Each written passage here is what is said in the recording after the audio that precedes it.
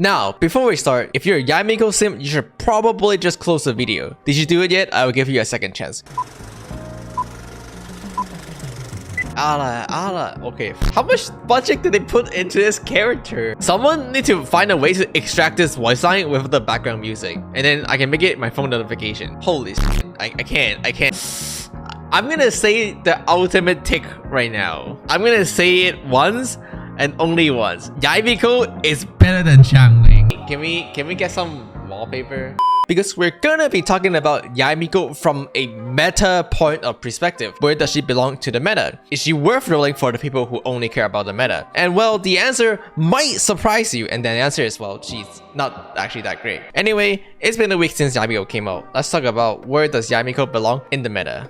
First thing first, between this week, there are two things that came up. First of all, building 4 tenacity on Yae Miko is actually viable, assuming that you have equivalent or better substat, which most people probably don't, so you should just throw that out of the window. But in case you're curious, the reason is because her elemental skill have 100% uptime to proc the 4-piece tenacity set. But on top of that, Yae Miko herself does not snapshot, which means herself can also benefit from the 4-piece tenacity set. Second thing is not building energy recharge and just going full damage Yae Miko and just bursting every other rotation could actually be competitive or even better than trying to build energy recharge and then forcing yourself to burst every single rotation. With that being said, Yae Miko is kind of viable pretty much only in Raiden Hyper team. However, in the existing Raiden Hyper team, you run Raiden, Bennett, Kazu, and Sarah, and now you just replace Yae Miko with one of these two. For example, replacing the Bennett, refund you the Bennett to use on your other side of the Abyss, which is pretty good. Or if you care for the healing, then just put the Bennett back here to replace the Sarah. Nevertheless, this team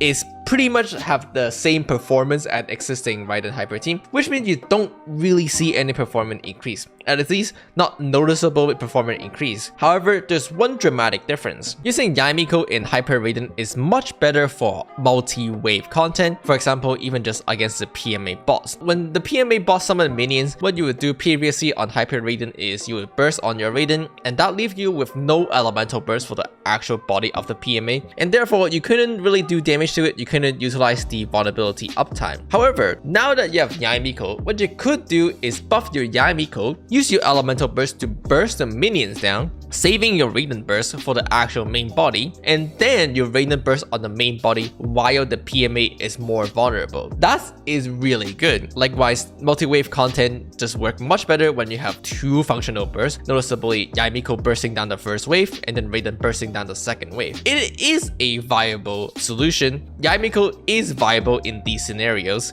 so it is not like she's a complete dead character at all. Now, while there are some teams that could utilize Yae Miko outside of Raiden, for example, it is actually possible to do Beidou and Yae Miko together. You have to fulfill 20 different conditions before that team become viable, which to be honest, let's just say is not viable. And surely there might be other teams that you can jam a Yae in, for example, via like Yae Taser or Yae Overload. But to be honest, when you're just trying to jam an Electro sub DPS in, how different is it than just trying to fit a Fischl in? Because after all, you're not using Yae for anything special about Yae, you're just trying to fit a Electro sub DPS in, and it's not like those teams doesn't work without Yae Miko. Surely those teams would work just fine with a Fischl. So in that case, to be honest, Yae Miko also just doesn't have that much values. So yeah, it's pretty much only for Raiden, and it's not even a dramatic performance upgrade if there is even any performance upgrade. In terms of mana, Yae Miko is a lot like Shenhe where Shenhe was. Shenhe was a really luxury crowd support, which means her value was not that high because you really didn't need her. However, Shenhe at least worked with Ayaka and Ganyu, and if you don't have those 2 units, then you can at least play reverse milk Shenhe, which means it's not required to have one of the 2 5-star units. Plus, Freeze team has been top of the meta since like forever. On the other hand, Yae Miko must require you to have Raiden, and pairing Raiden with Yae Miko is not even that much better than just doing existing Hyper Raiden team, or maybe even Raiden National team who just couldn't really care about Yae Miko at all. Don't forget that when you are pulling for Yae Miko, you are potentially losing out on another 5-star characters because they have the same opportunity cost. You know,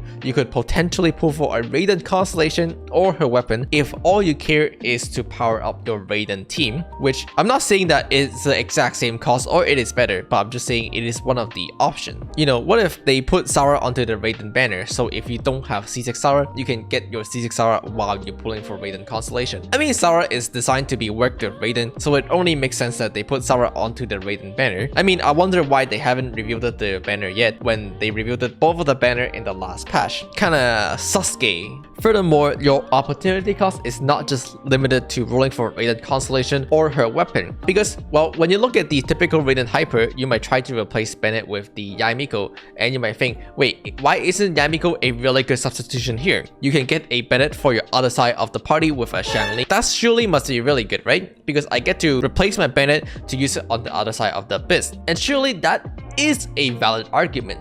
But the reason why that is not worth rolling for is because instead of rolling for a Yae Miko to replace your Bennett, you could have just rolled for a DPS character that doesn't need Bennett in the first place. And I'm talking about a lot of these characters like Ayaka, Ganyu, or maybe even Hu Tao or Ito. These characters doesn't need Bennett. You could have just rolled for a non-Bennett usage character to put on your other side of the abyss and practically achieve the same effect. Maybe even better, because as we all know, character like Ayaka is really powerful and so strong. The problem with Yae Miko in terms of opportunity cost is just there are many much better characters to roll for, no matter how you look at it. And of course, that's not discounting all the gameplay issues that is present in Yae Miko. We talked about a lot of these last week during the first impression video, but it's just about how her elemental skill take a lot of field time, take forever to cast, and have no iframe during any of them, which means it is very easy to get interrupted. A lot of people point out that Yae Miko feel very clunky and stuff. Now, of course, gameplay's issues come down to preference. Some people might find these really annoying to their gameplay, while other people doesn't mind it. For me, I'll have to be honest, Yae Miko gameplay was definitely not very pleasant, and I just cannot recommend people a character that not only is not that good in terms of performance, but also sucks to play on top of that. It's just like this character just have so many issues. Why would I ever recommend people this? I'll be honest, Yae Miko was never really gonna be a meta pool. The thing is, she's a luxury unit for Raiden, and well, luxury unit doesn't really change your account in any meaningful way, because if you already own Raiden, the chances is that you can just run the existing Raiden team and perform just fine. If your Raiden didn't have issues before without Yae Miko, then why do you need a Yae Miko suddenly? I mean, unless Yae Miko dramatically improved your Raiden team by a lot, which by the way it doesn't, then Yae Miko was never really gonna be worth it. And to be honest, on top of that, why do they have to introduce so many gameplay issues? It's not like Shanna have huge gameplay issues on her. Honestly, Shanna was pretty smooth to use on her elemental skill. It's come off so quick. So why is it that Yae Miko have to have gameplay issues on top of the fact that she just doesn't have dramatic improvement on your performance? I don't understand. In the end, I'll be honest, I'll just be the one to say it. Yae Miko is kind of bad. I'll give her credit for making Raiden multi-wave content better,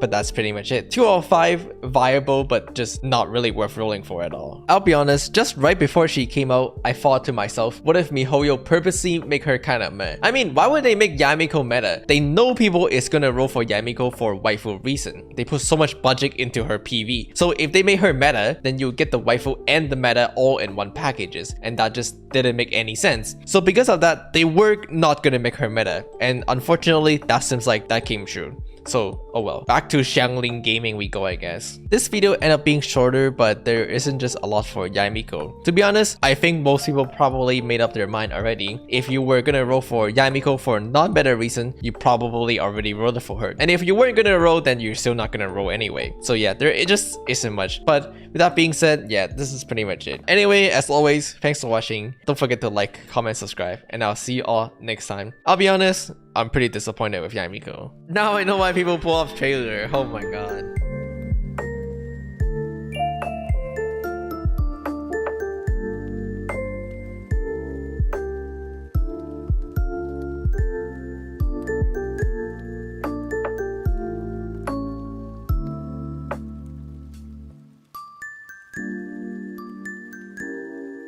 Xiangling is better than Xiangling.